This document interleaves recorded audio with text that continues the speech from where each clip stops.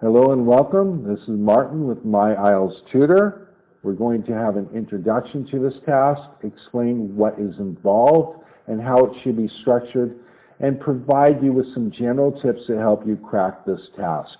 So let's begin. This task is often the one where test takers have the most trouble with. Much of this is because you have to decide what data to present and how to present it in your response.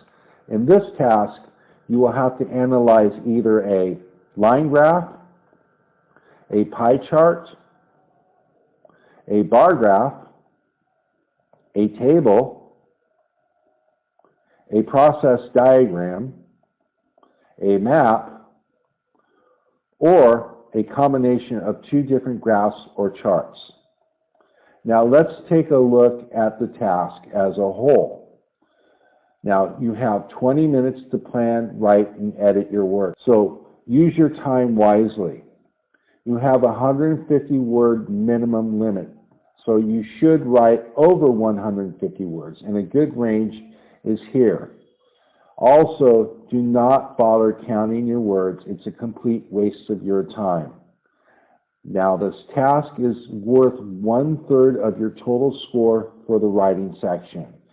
And the following 4 criteria are considered, and each have a 25% weightage. Finally, all words are counted and all numbers are counted as one word. Now, the first thing we need to consider are the instructions. The instructions will tell you how to approach the task. So let's take a closer look at the example of a line graph. Note the instruction. We have our first line. The line graph below shows changes in the amount and type of fast food consumed by Australian teenagers from 1975 to 2000. This is basically telling you what the line graph is about. It's a quick summary of the line graph itself. Then we have the actual instructions in the next sentence. Summarize the information by selecting and reporting the main features and make comparisons where relevant. This is what you're expected to do. And then finally, we have write at least 150 words. Let's take a look how you should structure your response.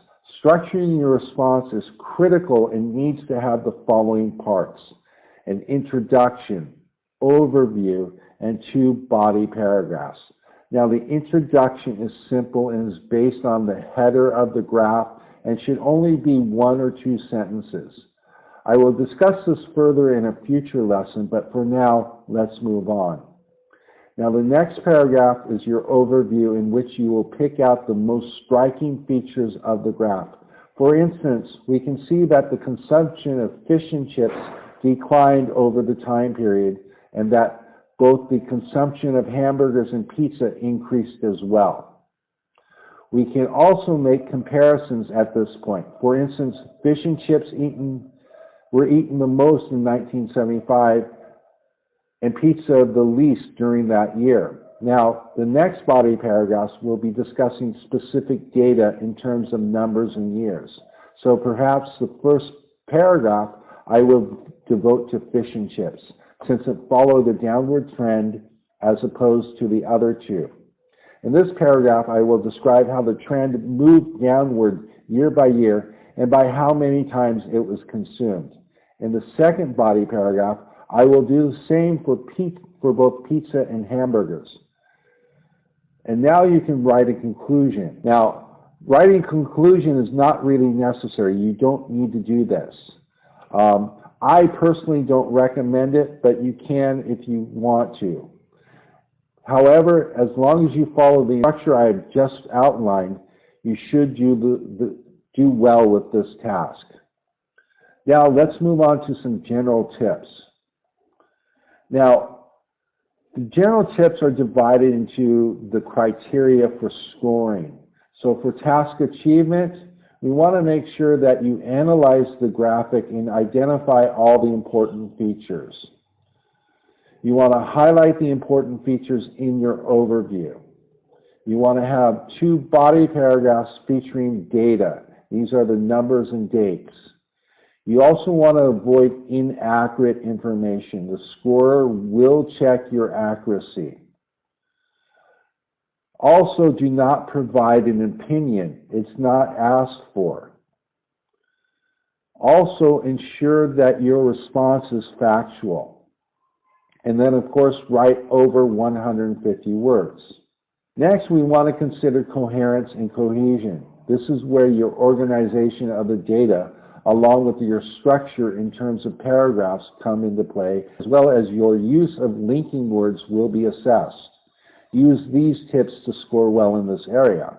First, plan carefully. Decide where the information should go.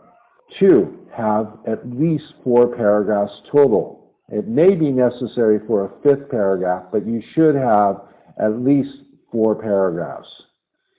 You want to use a range of linking words accurately. The linking words are words and phrases that connect your ideas and details to each other. For instance, in summary, in conclusion, such as, those words and phrases are linking words. You also want to use referencing words such as this, it, or these, for example.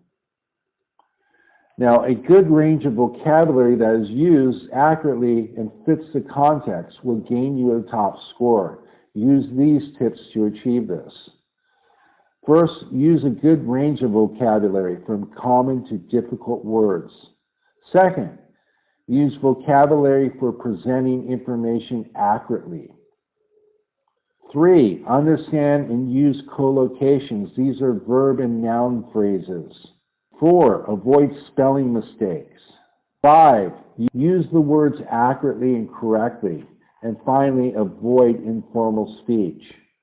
Now, to ensure a top score, you need to make sure that your use of grammar is accurate and correct.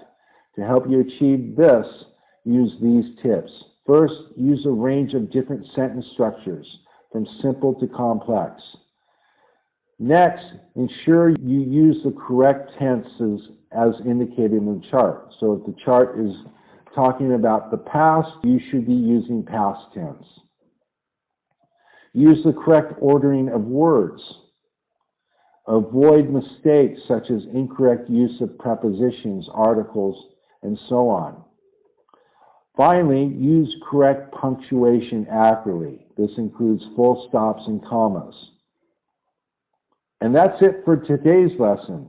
Understanding the task for IELTS Writing Task 1 is important.